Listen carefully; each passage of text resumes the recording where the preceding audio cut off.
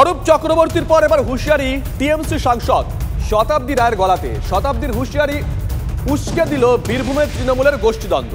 বিজয় উৎসবের মঞ্চ থেকে শতাব্দী মন্তব্য করেন, যারা অন্য দলের হয়ে ভোট করিয়েছে তাদের তাড়াবো, যারা বিজেপির হয়ে ভোট করিয়েছে তাদের চিহ্নিত করা হয়েছে। নিশ্চয়ই মনে আছে আপনাদের, শতাব্দী রায় এর আগে প্রকাশ্যেই বলেছিলেন যে গোষ্ঠী কোন্দল তৃণমূলের সিলেবাসেই আছে। যারা যারা দলে থেকে বেইমানি করেছে তাদেরকে তাড়ানো হতো না, এবার তাড়ানো হবে। তুমি পঞ্চায়েতে থাকবে, তুমি প্রধান হবে, কখনো তুমি জেলা পরিষদের মেম্বার হবে, কখনো তুমি জায়গার মেম্বার হবে, অথচ এইটুকু হিম্মত নেই দিনের বেলা বলা যে আমি তৃণমূল করব না ভাই, আমি বিজেপি করব কিংবা কংগ্রেস করব। তখনই আমি যখন ভয় পাইনি, তো এখন তো ভয় পাওয়ার কোনো কারণ নেই।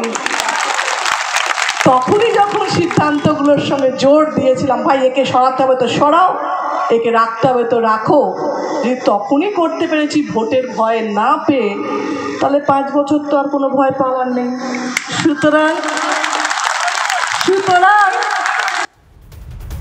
এদিকে ভোটের লিড দেওয়া অঞ্চলের নেতাদের সোনার মেডেল উপহার শতাব্দী রায়ের। শনিবার দুবরাজপুরে সংবর্ধনা অনুষ্ঠান হয় শাসক দলের পক্ষ থেকে। সেখানেই দুবরাজপুর বিধানসভার যে 3টি অঞ্চল সব থেকে বেশি লিড, সেখানকার নেতাদের হাতে সোনার মেডেল তুলে দেওয়া হয়।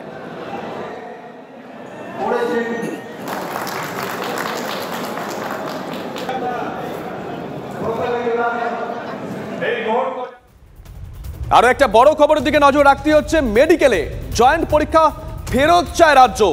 নিট পরীক্ষায় দুর্নীতির অভিযোগকে হাতিয়ার করে কেন্দ্রের বিরুদ্ধে সুর চড়িয়েছেন রাজ্যের শিক্ষামন্ত্রী। স্বতঃপ্রণোদিতভাবে কেন্দ্রীয় সরকার ডাক্তারি প্রবেশিকা পরীক্ষা রাজ্যের হাতে ফিরিয়ে দিক, দাবি ব্রাত্য বসুর। বিজেপি সরকার ক্ষমতা আসার পর সর্বভারতীয় স্তরে চালু হয় ডাক্তারি প্রবেশিকা পরীক্ষা। তার আগে রাজ্যের হাতেই ছিল মেডিকেলের জয়েন্ট পরীক্ষা।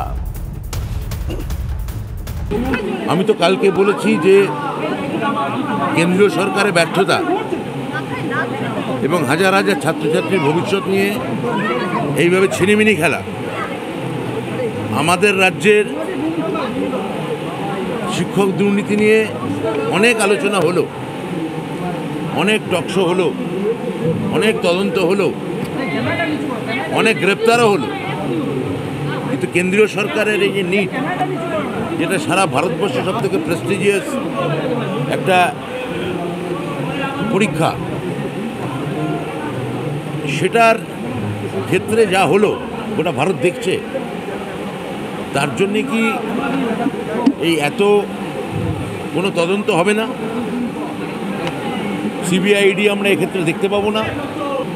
আমাদের সময় যতক্ষণ জয়েন্ট ইন্টারেস্ট হতো এই ধরনের তো গোলযোগ হয়নি। তো এইগুলো আমার মনে হয় এই ব্যর্থতার পর ওদেরই স্বতঃপ্রণোদিত হয়ে রাজ্যের হাতে ফিরিয়ে দেওয়া উচিত।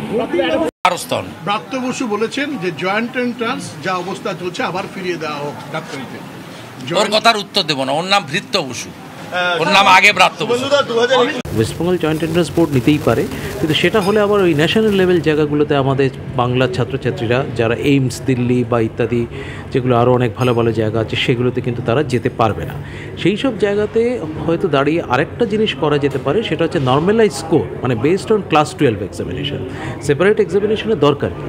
এই যে ডিফারেন্ট সমস্ত স্টেট বোর্ডগুলো যে ক্লাস 12-এর যেটা এক্সামিনেশন হয়, যেটাকে হায়ার সেকেন্ডারি বা সিনিয়র সেকেন্ডারি বলা হয়, সেটা সিবিএসসি, আইসিএসসি হতে পারে অথবা স্টেট বোর্ডেরও হতে পারে। সেইটাকে যদি একটা নর্মালাইজ স্কোরিং বা পার্সেন্টাইল স্কোরিংয়ের ভিত্তিতে যদি করি, যেটা হচ্ছে রিলেটিভ গ্রেডিং, তাহলে কিন্তু প্রত্যেকটি ছাত্রছাত্রীর মেরিট কিন্তু যাচাই করা যাবে এবং প্রত্যেক ছাত্রছাত্রীকে আলাদা করে সমস্ত এইসব যে কম্পিটিটিভ এক্সাম তার জন্য প্রিপারেশন নিতে হবে না।